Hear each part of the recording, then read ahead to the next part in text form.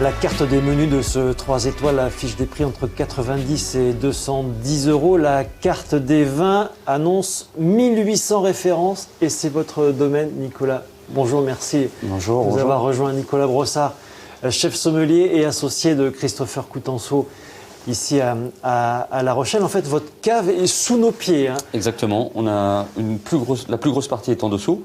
Environ 15 000 bouteilles là aujourd'hui. Et puis nous avons une cave de vieillissement un peu plus loin dans la RPI Rochelet, où là on a à nouveau 8 000 bouteilles en vieillissement. Alors les vins et l'alcool, c'est une part importante dans notre gastronomie. Vous avez 120 références de cognac, c'est ça à la carte. C'est énorme, ouais. Qu'est-ce qui fait le côté unique d'un cognac ? Alors c'est vraiment ces trois choses, clairement. Et ça, on n'en parle pas assez, mais c'est les terroirs, parce qu'il y a des terroirs, comme on peut parler dans le Médoc de Pauillac, de Margaux, de Saint-Julien, qui sont pourtant très très proches, mais qui donnent des vins complètement différents. À Cognac, c'est pareil. Évidemment, ensuite, le plus important, c'est le savoir-faire là du vigneron, qui est très très important en Cognac, c'est-à-dire évidemment l'art de la distillation et l'art de l'assemblage. Et c'est vrai que la famille Normandin, avec Édouard maintenant, ont un savoir-faire ancestral qui est assez exceptionnel, avec un style, effectivement, quand vous avez le goût normandin-martien, qui existe depuis des années, voire des décennies, on reconnaît Normandin-martien entre mille, c'est certain.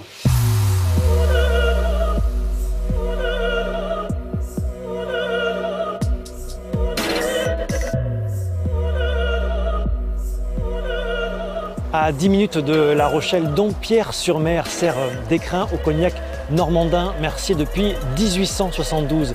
Le vignoble de Cognac s'étale entre la Charente-Maritime, la Charente, quelques communes des Deux-Sèvres et de la Dordogne. Le cognac qui fait rayonner l'image de la France dans le monde et pourtant, sa consommation en France reste marginale.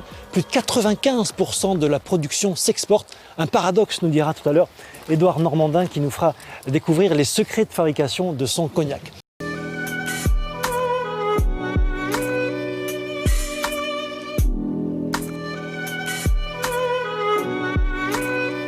On se retrouve pour la dernière partie de cette enquête de région et cette question: d'où vient et où va notre gastronomie? C'est l'un des produits de notre région les plus vendus au monde et qui contribue au rayonnement de la gastronomie française, le cognac.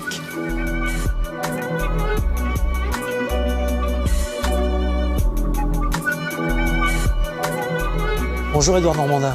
Bonjour. Merci de nous accueillir dans ce chai où votre famille produit du cognac depuis 1872. Vous Exactement. en vendez aussi sur place. Racontez-nous dans ce chai comment on transforme l'eau de vie que vous recevez en cognac. Quelles sont les principales étapes? Alors tout d'abord, on loge cette eau de vie nouvelle qui a un colore et clair comme de l'eau dans des fûts neufs. Donc, vous en voyez. Ça, oui, ça c'est les fûts neufs qui viennent d'arriver, qu'on affine ici, puisqu'on les garde pendant 36 mois à la propriété avant d'en faire des fûts.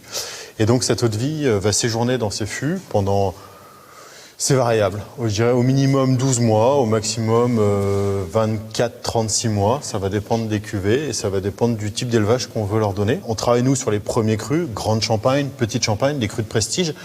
Donc il faut bien entendu apporter des notes de bois, mais que ce soit délicat, surtout pas matraquer en apportant trop de bois sur nos eaux de vie. Alors pourquoi avoir choisi de faire vieillir du cognac, de produire du cognac loin des vignes et près de la mer?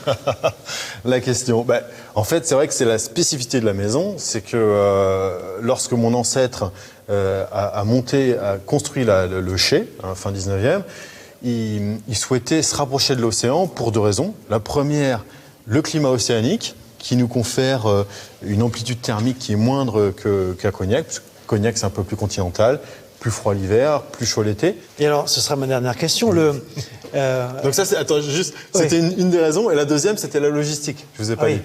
La logistique, parce que La Rochelle, c'était le port du Cognac, fin 19e. Donc de La Rochelle étaient chargés les cales des bateaux en destination de la Nouvelle-Angleterre, des pays d'Europe du Nord, qui ont toujours été des fervents admirateurs et connaisseurs de Cognac. Donc en termes de logistique, c'était bien de se rapprocher de La Rochelle.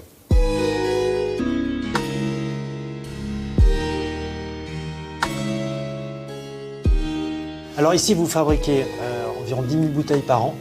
La quasi-totalité est exportée, comme le marché national. D'ailleurs, 98% de la production est exportée. C'est qui les principaux consommateurs aujourd'hui? La Chine et les États-Unis sont les premiers marchés en volume. Ça a toujours été cette tendance-là. C'est pas que le cognac se boit pas en France, c'est juste que 60 millions de Français sur la terre entière, c'est pas grand-chose, même si le produit est français, et puis on est des forts consommateurs de plein de choses, on est curieux. Les Français apprécient beaucoup le whisky, le rhum, le cognac, l'armagnac. Mais moins le cognac, en fait. Alors que jusque dans les années 70, on était les premiers consommateurs de cognac. Qu'est-ce qui s'est passé, en fait? Il y a eu un désamour, il y a eu certainement une bêtise à un moment, c'est que la consommation de cognac étant importante et on était sur un mouchoir de poche en termes de territoire, on a choisi, enfin je dis on parce que je suis du métier, mais c'était quand même mes aïeux, ont déterminé que le cognac était plutôt réservé en fin de repas. Ce qui aujourd'hui semble une hérésie, plein de gens prennent des whiskies en apéritif. Pourquoi pas prendre un rhum ou un cognac ou un armagnac? Je veux dire, c'est exactement pareil, c'est le même degré d'alcool, il n'y a aucune raison. Ça veut dire aussi que les goûts et les attentes des consommateurs changent en termes de spiritueux comme le cognac? Ah bah oui, c'est évolutif, ça évolue. Les consommateurs changent, la majorité a tendance à rajeunir aussi, donc c'est intéressant. Il y a des modes de consommation qui sont évolutifs, oui.